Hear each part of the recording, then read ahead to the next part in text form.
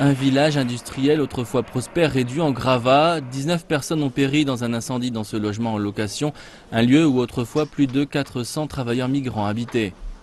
Mais les conditions de sécurité n'étaient pas aux normes. Ce logement avait un sous-sol pour un entreposage frigorifique, des ateliers et restaurants au rez-de-chaussée et des chambres au deuxième et troisième étage. Les 19 victimes ont été tuées par un empoisonnement au monoxyde de carbone. Les autorités suspectent que du matériel utilisé pour la réfrigération aurait pris feu. Les bâtiments utilisés pour du logement, du stockage et de la production ne sont pas faits pour y vivre. Ce n'est tout simplement pas possible. C'est pourquoi le gouvernement de Beijing a commencé un contrôle de sécurité de 40 jours contre les bâtiments illégaux. De nombreux travailleurs migrants y vivent car les loyers sont peu chers, mais à présent ils doivent se dépêcher de partir.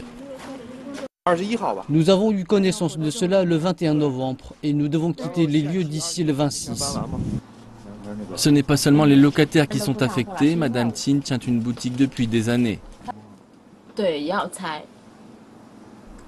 Mais les personnes vivant juste au-dessus de son magasin disent que si Tin part, la vie sera également très dure pour eux. Mais d'autres membres de la communauté partagent les inquiétudes au sujet de la sécurité incendie.